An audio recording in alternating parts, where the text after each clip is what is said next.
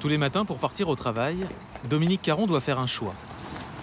La voiture de sport ou le gros 4x4 à 80 000 €. Aujourd'hui, option numéro 2, pour curieusement passer inaperçu sur la route. Le V8 400 chevaux, c'est très courant ici. C'est très agréable. Donc vous êtes mis à la mode d'ici? Ah oui, oui. Ça, on s'y adapte très bien.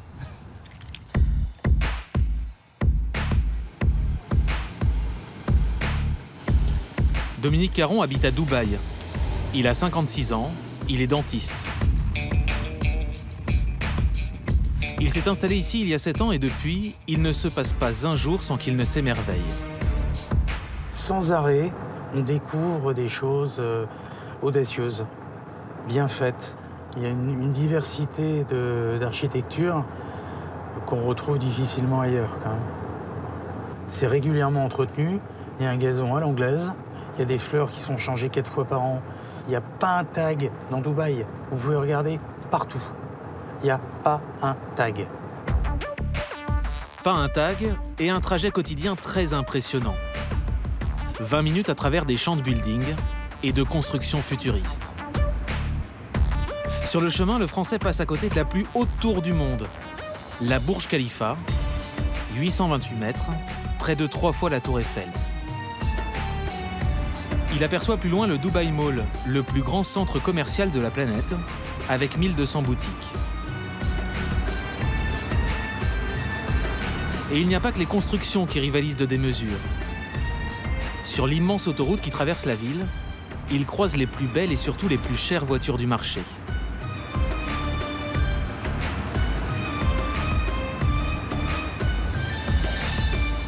Même la police municipale roule dans un bolide à 200 000 €.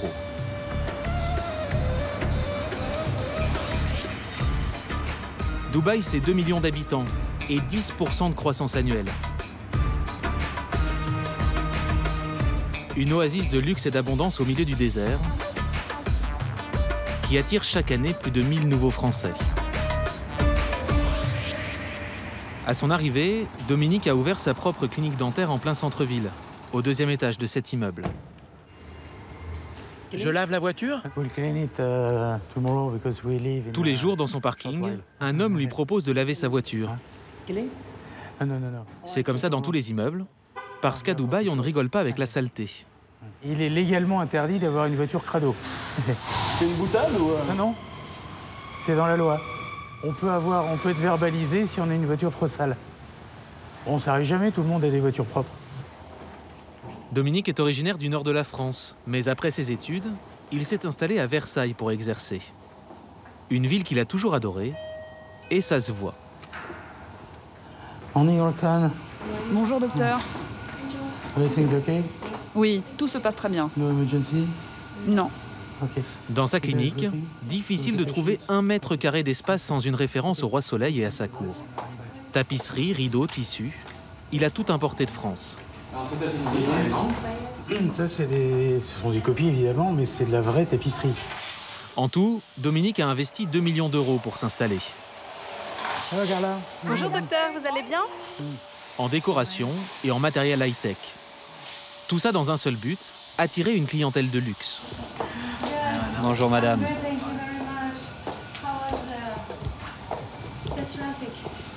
Celle qui accueille ses clients VIP, c'est Véronique, sa femme. Aux petits soins ce matin pour Mustapha, un homme d'affaires dubaïote.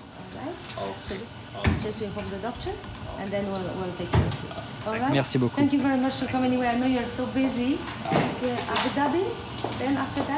Oui, j'ai un rendez-vous là-bas.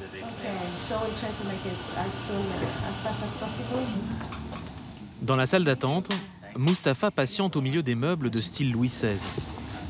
Et avec sa dige d'achat, l'habit traditionnel des hommes de Dubaï, difficile de se fondre dans le décor. Vous connaissez Versailles et son château? Non, malheureusement. Et vous pensez que ça ressemble à ça? Oui, je pense qu'ils ont su rendre l'atmosphère de Versailles. C'est très joli en tout cas. Et Mustapha n'est pas le seul à apprécier cette clinique. Un peu plus tard ce matin-là, la salle d'attente est bondée et très cosmopolite. Ici, un résident russe accompagne sa mère. Au centre de la pièce, Saïd et Atia sont venus spécialement d'Alger pour soigner leur petite fille de 5 ans, Marwen. Pendant que dans le cabinet, Dominique s'occupe d'Ina, une Indienne qui habite le quartier. What I have in mind for today would be to start cleaning the root canal. Le point commun de tous ces patients, c'est d'être très riches. Avant, ils prenaient l'avion et allaient se faire soigner dans les grandes villes occidentales. Car même avec tout son argent, ce pays n'a jamais pris soin de former des dentistes locaux. The feeling is better now on the right. Oui, ça ne me gêne plus. Okay. Dominique en a profité. Il a apporté aux habitants un service à domicile. Du coup, il peut se permettre de doubler les prix par rapport à la France. Le propos, c'était de dérouter ceux qui spontanément vont à Lausanne, à Boston, pour leur dire, si c'est vraiment que pour vos dents, pas la peine de vous compliquer la vie, on vous apporte ce qu'il y a de mieux directement. French Touch, French Efficiency, directement à Dubaï, sous la main. Les Caron emploient 12 personnes et se versent 20 000 € par mois. À Dubaï, 90% des habitants sont des étrangers. Tous ont débarqué ici dans l'espoir de s'enrichir dans ce nouvel Eldorado. Mais la fortune a un prix, celui du silence face au système politique. Une monarchie héréditaire dirigée par l'émir Cheikh Mohammed. Sans droit de vote et aux libertés individuelles restreintes, l'homosexualité est par exemple punie de 10 ans de prison. Au royaume du Sois riche et tais-toi, il y a eu des pionniers. Et parmi eux, un Français. Il a commencé ici il y a 20 ans, à l'époque où tout cela n'existait pas. C'était désert et du désert.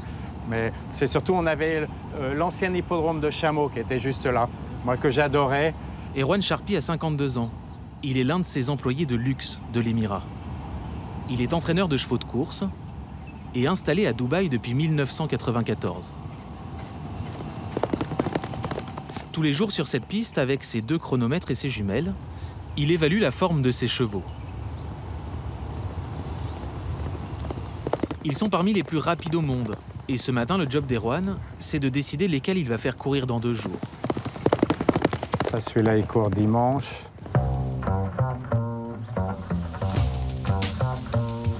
L'entraîneur est à la tête de Green Stables, les écuries vertes en français. Son entreprise emploie 60 personnes pour 40 chevaux seulement. Ok, ouais. Stop. Des pur sang auxquels il faut faire très attention.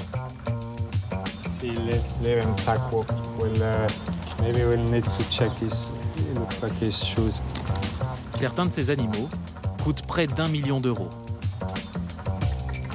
Does this guy let him rip the last 2? Okay. Ces chevaux appartiennent à 2 propriétaires, les patrons d'Erwan. Cheikh Mohammed et Cheikh Hamdam, l'émir de Dubaï et son frère. Ce sont les personnages les plus puissants du pays et ils sont très exigeants. Ici, dans ce contexte du Moyen-Orient, il faut gagner. Le fils de Cheikh Mohammed disait être second, c'était le premier des perdants. Erwan a fait la rencontre de sa vie alors qu'il était encore un jeune entraîneur très prometteur. Cheikh Hamdam, le frère de l'émir actuel et fondateur de l'émirat. Dans les années 90, alors que le pays est en plein boom, les Cheikhs décident de jouer dans la cour des grands. Le sport des têtes couronnées, ce sont les courses de chevaux. Ils vont tout faire pour les populariser chez eux et attirer les meilleurs entraîneurs. Ils déroulent à Erwan le tapis rouge, villa et voiture de fonction, 10 000 € de salaire mensuel. En plus, à Dubaï, il n'y a aucun impôt. Le Français accepte tout de suite. Il rejoint l'émirat avec sa femme et ses 3 enfants.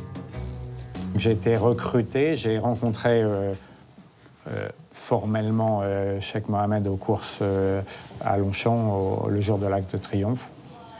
Et je partais le lendemain pour m'installer ici. On est arrivé avec pratiquement rien, juste une petite malle, une petite cantine avec quelques effets personnels.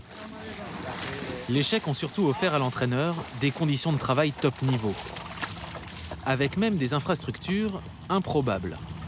That's okay. When we finished, only when we... Ce matin, ce cheval a droit à une séance d'aquagym. Dans une piscine de 40 mètres de long, chauffée qui plus est, ce qui est unique au monde. Elle fait 3 mètres de profondeur, elle est agréable. On pourrait presque s'y baigner. Mais c'est réservé aux chevaux. Et ce n'est même pas le plus incroyable. Après la piscine, le jacuzzi. Pour soulager ses muscles, on plonge les pattes du cheval dans un bain massant. À quelques centaines de mètres de l'écurie des Roannes, il y a aussi l'une des dernières folies de l'émir. En 2008, il s'est offert cet hippodrome.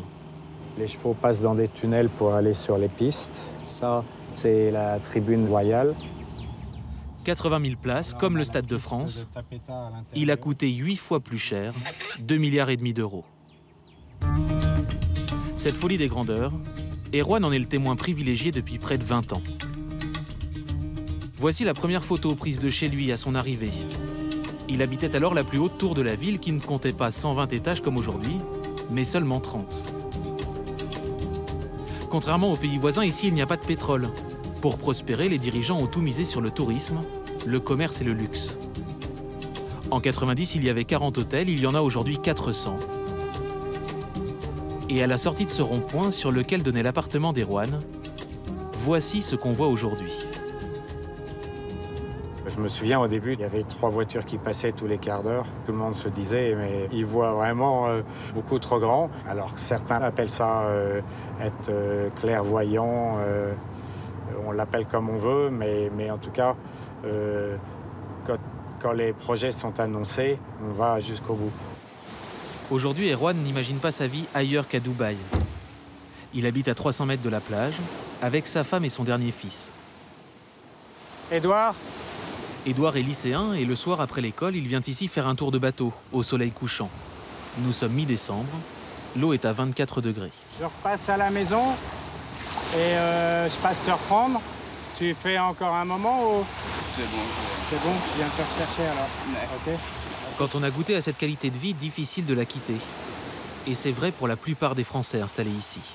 Amène-le plus par là-bas.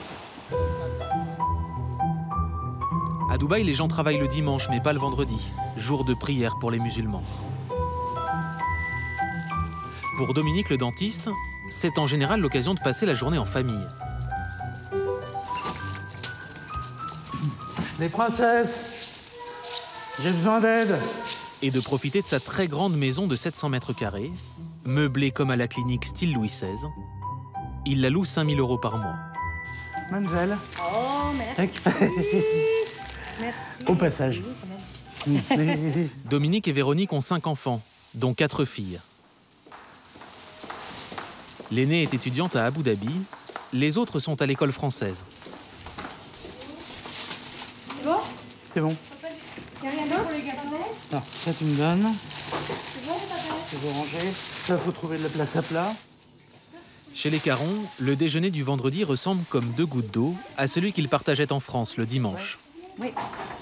À 3 km de chez eux, il y a un hypermarché d'une grande enseigne française. Ils y trouvent les mêmes produits que chez nous. Tous importés et pourtant moins chers. Car à Dubaï, il n'y a pas de TVA. En revanche, l'alcool n'est pas en vente libre. Seuls les expatriés peuvent en acheter avec une carte spéciale délivrée par l'État. Autre avantage de la vie ici, pour mettre le couvert, les enfants peuvent compter sur l'aide de Babette, la bonne. Celle-là, elle va ici, et celle-là, elle va là. Elle est philippine, elle est logée, nourrie et payée 500 € par mois. Je m'occupe des couteaux. À Dubaï, 60% des travailleurs sont des immigrés pakistanais, indiens ou philippins, qui vivent dans les faubourgs. Ils sont payés quelques centaines d'euros par mois. Ce sont les petites mains de ceux qui réussissent. C'est joli, Babette, bravo. Là, well done. Dans ce temple de l'ultralibéralisme, il n'y a ni sécurité sociale ni limite de temps de travail. Et aucune redistribution des richesses. La réussite personnelle passe avant tout, ce qui ne dérange pas les Carons.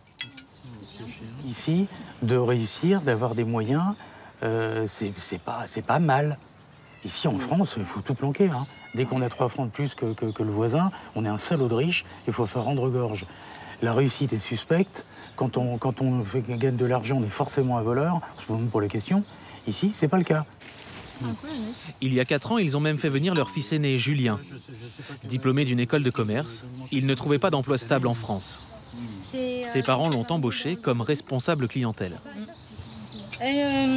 Tu es rentré à quelle heure? Seule ombre au tableau, la famille aimerait acheter sa propre maison. 5 heures du matin. Mais à Dubaï, les étrangers n'ont pas le droit de devenir propriétaires. Ou alors il faut des amis très haut placés. On traverse là? Justement, depuis 2 mois, Dominique et Véronique ont sympathisé avec une de leurs voisines. T'as le paquet? C'est bon?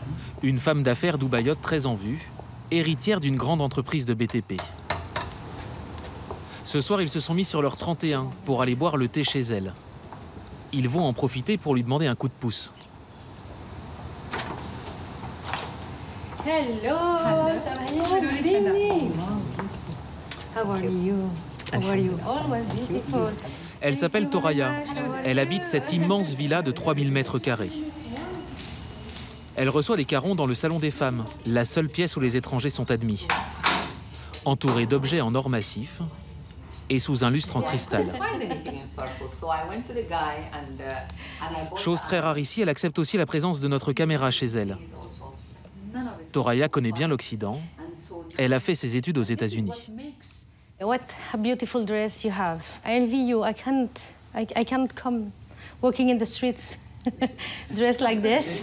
So I put my business. Non, mais moi non plus. Quand je sors, je porte l'habit traditionnel. Cette robe, je peux la mettre uniquement quand je suis chez moi. Les Caron aimeraient acheter dans un quartier de Dubaï qu'ils aiment beaucoup. Les villas coûtent très cher, entre 3 et 5 millions d'euros. Ils ont l'argent, mais la loi exige un garant local qui leur servirait de caution morale.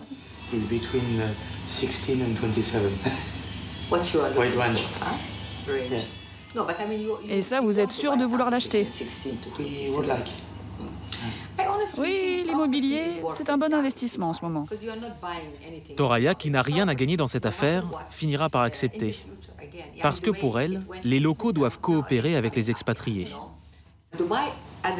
Dubaï a toujours été une ville cosmopolite et commerçante. On a toujours eu des étrangers, d'origine arabe ou européenne. Et si on veut être un pays évolué, si on veut être une des plus belles villes du monde, on doit accepter ça. Malgré ses bonnes intentions, les étrangers restent tous ultra dépendants des locaux, qui concentrent la plupart des richesses et tous les pouvoirs.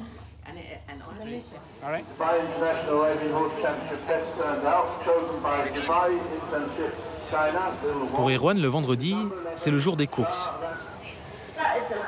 Cet après-midi, elles ont lieu dans le 2e hippodrome de Dubaï, en présence de toute la bonne société du Golfe. Même après 20 ans de bons et loyaux services, Erwan peut être licencié du jour au lendemain. Et sans travail, pas de visa, il serait forcé de quitter le pays.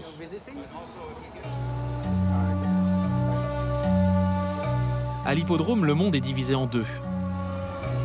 Dans la tribune présidentielle, les propriétaires, des membres ou des proches de la famille royale, plus ou moins éloignés de l'émir. Ils sont tous milliardaires, au pire millionnaires. À côté, c'est la tribune des spectateurs lambda. Des Soudanais, des Pakistanais, des Indiens. Eux gagnent quelques centaines d'euros par mois. Ils viennent en famille uniquement pour le spectacle car l'islam interdit les jeux d'argent. Il n'y a pas de pari. En revanche, pour Erwan, une victoire, c'est de l'argent en plus. Il peut toucher une prime. 10% du prix attribué par un sponsor au cheval vainqueur. Justement, sur cette course, 2 de ses chevaux concourent, dont le numéro 5, Crackdown.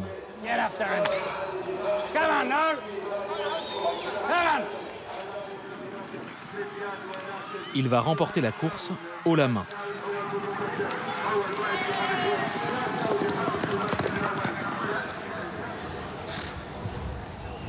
Enfin.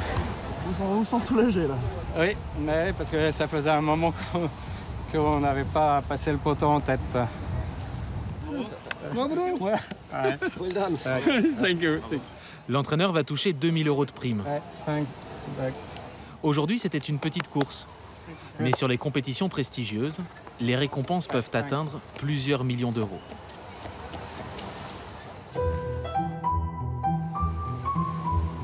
Côté loisirs, la famille Caron préfère les centres commerciaux aux champs de course.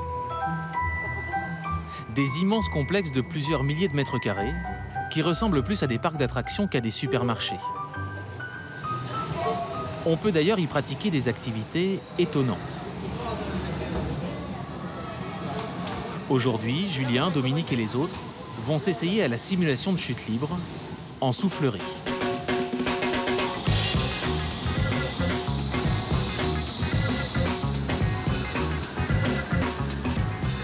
Ce genre d'installation est généralement réservé aux professionnels du parachutisme. À Dubaï, on en a fait une attraction onéreuse.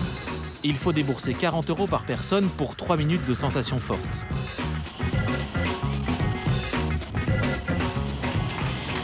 Ces sorties exceptionnelles continuent, même une fois la nuit tombée. Tous les week-ends, Julien sort faire la fête avec des amis. Le jeune homme de 32 ans s'est rapidement mis au diapason des soirées dubaïotes. Une seule règle ici, en mettre plein la vue. Ce soir, il a loué la plus grande limousine du monde, 20 places assises. Avec lui, des expatriés anglais, russes ou belges.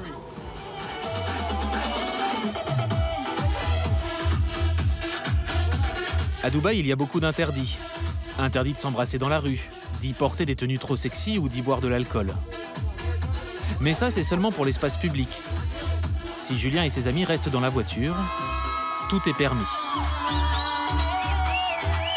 Il nous octroie certaines libertés, mais qui sont contrôlées dans un cadre très strict, pour pouvoir vivre un petit peu notre vie normalement en tant qu'expatriés.